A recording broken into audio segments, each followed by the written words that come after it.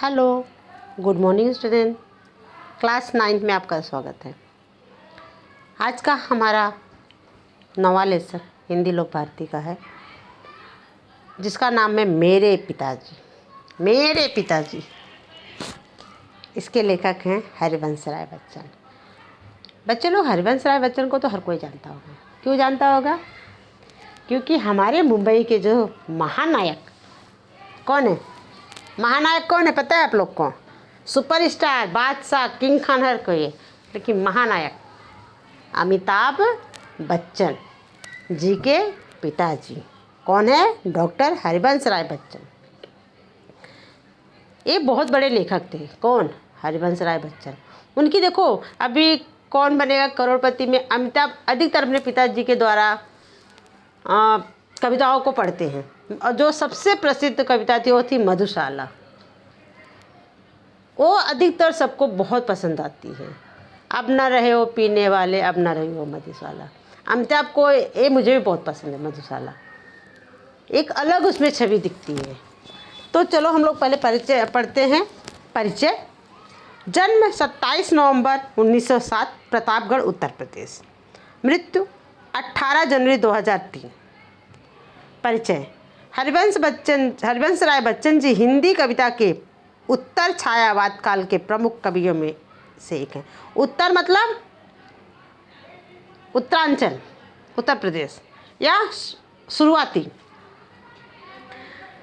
छायावाद का अर्थ होता है कुदरती, नेचुरल, जो कल्पना के माध्यम से हम पेन से उन शब्दों को लिखते हैं और उसमें जान भर देते हैं कि यह सही में हमारे सामने हो रहा है। जैसे उनकी एक थी आ रही रवि की सवारी, बहुत ही अच्छी कविता थी आ रही रवि की सवारी। वो भी बहुत अच्छे से लिखे थे, ऐसा लगा सही में कोई राजा का रथ आ रहा है। वो कविता पढ़ने के बाद ऐसा महसूस होता था। मधुशाला उनकी अत्यंत प्रसिद्ध रचना है। मैंने आप लोगों को पहले बोला, मधुशाला उनकी बहुत ही प्रसिद्ध रचना है, जिसने लोकप्रियता के नए कीर्तिमान स्थापित किए। कीर्तिमान मतलब यश प्राप्त करना, नाम पाना, सम्मान पाना। प्रमुख कृतियाँ: मधुशाला, मधुकलश, निशा निमंत्रण, एकांत संगीत, आकुल अंतर, खादी के फूल, हालाहल। हालाहल का मालूम है इसका अर्थ क्या होता है बताऊँ? इलाहाबाद, उसको बोलते हैं हालाहल। धार के इधर उधर आदि कविता संग्रह का नाम है। क्या भूलूं क्या याद करूं, ये उनकी आत्मकथा है। क्या भूलूं क्या याद करूं उनकी पुस्तक का नाम है। उसमें उन्होंने बहुत सारे अपने जीवन से जुड़ी बातों को लिखा है। नीड़ का निर्माण, फिर बसेरे से दूर, 10 द्वार से सोपान तक, आत्मकथा के 4 खंड, ऑटोबायोग्राफी के 4 खंडों में इन्होंने विभाजित किया है। आत्मकथा हिंदी साहित्य में गद्य की एक विधा होती है। आत्मकथा में व्यक्ति स्वयं अपने जीवन की कथा स्मृतियों के आधार पर लिखता है। स्मृति मतलब यादों के आधार पर लिखता है। निष्पक्षता आत्मकथा का आवश्यक पक्ष है। मतलब जो बताओ सच्चाई से बताओ, कुछ में उसमें लीपापोती मत करो, कुछ ऑर्डिनरी मत बताओ, जो सही में घटना घटा है वही बताओ। प्रस्तुत पाठ के माध्यम से बच्चन जी ने अपने पिता के रहन सहन, व्यक्तित्व, दृढ़ता, स्वाभिमान, कर्तव्य निष्ठा आदि गुणों के साथ साथ देश, काल, परिस्थिति एवं स्वयं में आए संस्कारों एवं परिवर्तनों को प्रभावी ढंग से चित्रित किया है। लेखक ने अपने पिताजी के बारे में यहाँ पे बताया है। तो चलो हम लोग ये पढ़ते। पूरक पठन मतलब पूरक पठन का अर्थ होता है कहानी। मैं पढ़ती हूँ, आप लोग सुनो। पॉयनियर प्रेस में प्रताप की समय की पाबंदी, शुद्ध स्वच्छ लिखावट, यही साफ हिसाब किताब रखने की आदत, विनम्र निश्चल व्यवहार से बहुत जल्दी उनको विशिष्टता दे दी। अपना काम खत्म कर वे सहयोगी क्लर्कों का पिछड़ा काम भी अपनी मेज पर रख लेते और दफ्तर बंद हो जाने के घंटों बाद रात देर तक काम में जुटे रहते। इस प्रकार वे अधिकारियों और सहकर्मियों दोनों के प्रिय बन गए। घर से दफ्तर 4 मील होगा, कुछ कम भी हो सकता है। फासले के मामले में मेरा अनुमान हमेशा गलत रहा है। मतलब फासला मतलब दूरी के मामले में ज़्यादा की तरफ वे पैदल ही आते जाते, शायद पैसे बचाने की गरज से। साइकिल ना उन्होंने खरीदी ना उसकी सवारी की। दफ्तर के लिए उन्होंने एक तरह की पोशाक अपनाई और जितने दिन दफ्तर में गए उसी में गए। काला जूता, ढीला पजामा, अचकन जो उनके लंबे गहरे शरीर पर खूब फपती, और दुपल्ली टोपी। अचकन क्या क्या अर्थ होता है मालूम है? अचकन का अर्थ होता है एक तरह से जैकेट जैसा होता है, और उसको लोग कुर्ते के ऊपर पहनते हैं।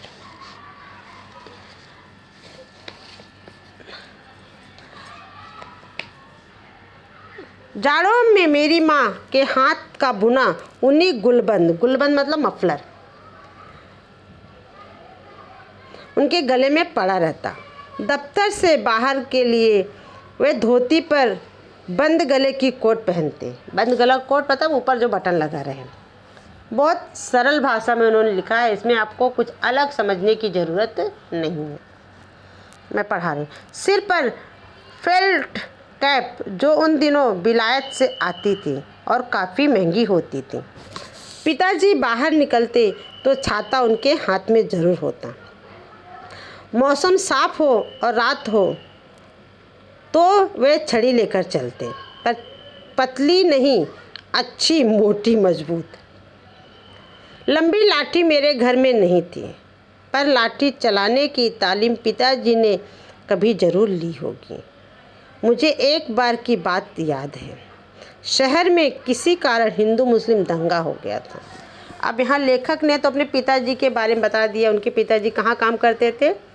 पायनियर प्रेस में, जहाँ पे वो समय के बहुत पाबंदी थे। उनका स्वच्छ शुद्ध लिखावट होती थी। उनका जब काम ख़त्म हो जाता था तो अपने सहकर्मियों, अपने सहयोगियों का भी काम वो लेके करते थे। उसमें वो समय नहीं देखते थे, चाहे जल्दी काम ख़त्म हो चाहे लेट काम ख़त्म हो, करते थे। उनका पहनावा क्या था? ढीला पैजामा था, काला जूता था, अचकन था। और अचकन कैसा था? एक तरह से गले में अपना कुर्ते के ऊपर पहनते जैकेट जैसे, जिसमें जेब वोब रहता है, लोग उसमें अपना सामान वामान रखते हैं। पहले के लोगों का पहनावा ऐसा होता था। लेकिन वो जब घर से निकलते थे तो उनके हाथ में छाता रहता था। लेकिन अगर मौसम साफ़ हो तो उनके हाथ में एक सोटी रहती थी, लकड़ी का, बाम्बू का एक छोटा सा डंडा, जो पतला नहीं होता था, मजबूत होता था। लेखक बोलते हैं कि हमारे घर में लाठी तो नहीं थी, लेकिन मेरे पिताजी को लाठी चलाने की तालीम शायद बचपन में मिली रही होगी। उनको तब पता चला लाठी चलाना कि मेरे पिताजी लाठी चलाते हैं, जब एक बार किसी कारणवश हिंदू और मुस्लिम का उनके प्रतापगढ़ में दंगा हो गया था। तब पिताजी ने पक्षपात नहीं किया। नहीं पक्षपात मतलब ना ये देखा कि ये हिंदू है कि मुसलमान है, सबको रोकने के लिए उन्होंने लाठी चलाया था। पिताजी ने धोती ऊपर कर ली, कुर्ते की बाहें चढ़ा ली और अपना पहाड़ी मोटा डंडा दाहिने हाथ से कंधे पर संभाले। बायां हाथ तेजी से हिलाते नंगे पांव आगे बढ़े। उन्होंने उनके पास जाकर कहा, मैं लड़ने नहीं आया हूँ। लड़ने को तो आता तो अपने साथ औरों को भी लाता। डंडा केवल आत्मरक्षा के लिए साथ है। कोई अकेला मुझे चुनौती देगा तो पीछे नहीं हटूंगा। मर्द की लड़ाई बराबर की लड़ाई है। 4 से मिलकर एक को पीट दिया तो क्या बहादुरी दिखाई? अकेले सिरफिरे की बात समझी जा सकती है, 4 आदमी मिले तो उन्हें कुछ समझदारी की बात करनी चाहिए। इस तरह की लड़ाई तो वह समझी की लड़ाई है। कहीं किसी ने किसी को मारा, आपने दूसरी जगह किसी दूसरे को मार दिया। धर्म का नाता है तो पास पड़ोस से इंसानियत का भी नाता है। इंसान मेल से रहने को बना है। लड़ाई कितने दिन चलेगी? 2 दिन, 4 दिन, 5वें दिन फिर सुलह से रहना होगा। यहाँ लेखक ने बोला, लेखक अपने पिताजी के बारे में बोलते हैं, जब दंगा हुआ तो अपने पिताजी को देखिए। पिताजी ने क्या किया, धोती ऊपर कर ली थी, कुर्ते की बाहें चढ़ा ली थी और अपना जो डंडा सोटी था उसको हाथ में लेके कंधे पे रख कर चले गए। समझाने लगे कि मैं लड़ने नहीं आया हूँ, लड़ने आता तो 2-4 को साथ में लेके आता, मैं तुम लोग को समझाने आया हूँ कि 4 जन मिल के एक इंसान को पीटाते इंसानियत है? ये ऐसा लगता सोची समझी साजिश है। अगर कोई एक को एक मारता तो हम बात बोलते को पागल था, लेकिन 4 जन मिल को एक को मारे, ये गलत है, ये सोची समझी साजिश है। लड़ाई झगड़ा करके क्या मिलेगा? लड़ाई झगड़ा 1 दिन चलेगा, 2 दिन चलेगा, 3 दिन चलेगा, चौथे दिन आप लोग को सुलह ही करनी पड़ेगी। इसलिए सुलह से रहो, समझदारी से रहो। 2, 4, 10, 12, 100, 50 हिंदू मुसलमानों के कट मरने से ना हिंदुत्व समाप्त होगा, ना इस्लाम खत्म होगा। बराबर है? तुमने हमारे 10 हिंदुओं को मारा, हमने 10 मुसलमानों को मारा, क्या इससे कुछ घटेगा? नहीं। एकता से बहुत सारी चीज़ें बढ़ेगी, समझदारी से बहुत सारी चीज़ें बढ़ेगी। तो एकता से रहो। साथ रहना है तो खूबी इसी में है कि मेल से रहें, एक दूसरे से टकराने की ज़रूरत नहीं है। दुनिया बहुत बड़ी है। पिताजी की बातों का असर हुआ। उस दिन उस दंगे में फिर कोई वारदात नहीं हुआ।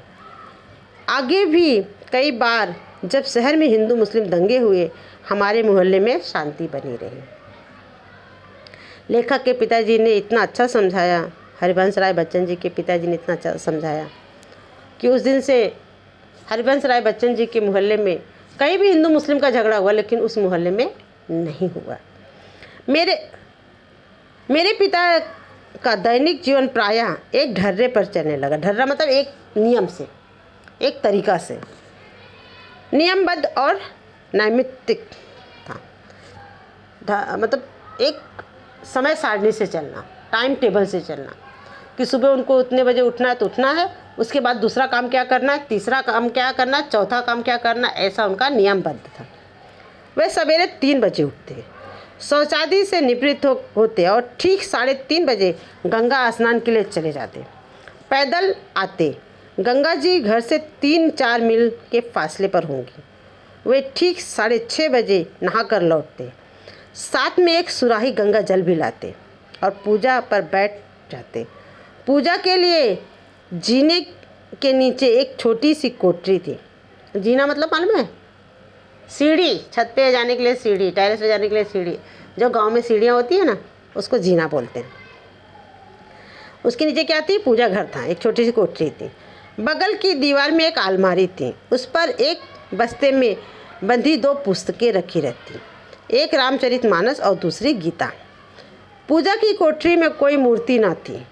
दीवार से राम, कृष्ण, शिव, गणेश, हनुमान, सरस्वती, लक्ष्मी, दुर्गा की शीशे जड़ी छोटी छोटी तस्वीरें लटकी थीं। पिताजी को बहुत झुककर उस कोठरी में जाना होता था, क्यों? वो कोठरी बहुत छोटी होती थी और आदमी लोग लंबे होते थे। बच्चे लोग पहले गांव के घर ऐसे होते थे, जो दरवाजे होते थे बहुत छोटे छोटे होते थे। अगर कोई लंबा चौड़ा है ना तो उसके नीचे झुक के जाता था। ये तो आपको अभिषेक को तो देख के ही लगता होगा कि उनका खानदान लंबू ही रहा होगा, क्योंकि हरिवंश राय बच्चन भी लंबे ही थे, तो उनके पिताजी भी लंबे ही रहे होंगे, क्योंकि खानदानी विरासत है लंबू का। तो उनके लिए कितना भी ऊंचा घर रहेगा उसमें उनको झुक के ही जाना पड़ेगा, और ख़ासतौर गाँव में तो उनको उस कोठरी में झुक के जाना पड़ता था। पिताजी को बहुत झुककर उस कोठरी में जाना होता और अब वे उसमें बैठ जाते तो बस इतनी ही जगह बचती। सामने रेहल मतलब एक तरह से लकड़ी का एक होता है क्रॉस में, जिस पे गीता या रामचरितमानस को रख के पढ़ा जाता है। कभी भी गीता और भागवत गीता ये सब पैर पे रख के, ज़मीन पे रख के नहीं पढ़ा जाता है। उसको लकड़ी से बना हुआ एक यंत्र होता है जिसके ऊपर उसको रखा जाता है, ऐसा क्रॉस में होता है, तो उसको उस पर रख के पढ़ा जाता है रेहल। उस पर पोथियाँ खोल दी जा सके। वे मानस का 9 वाहिक पाठ करते, यानी प्रतिदिन इतना कि 9 दिन में पूरी रामायण समाप्त हो जाए।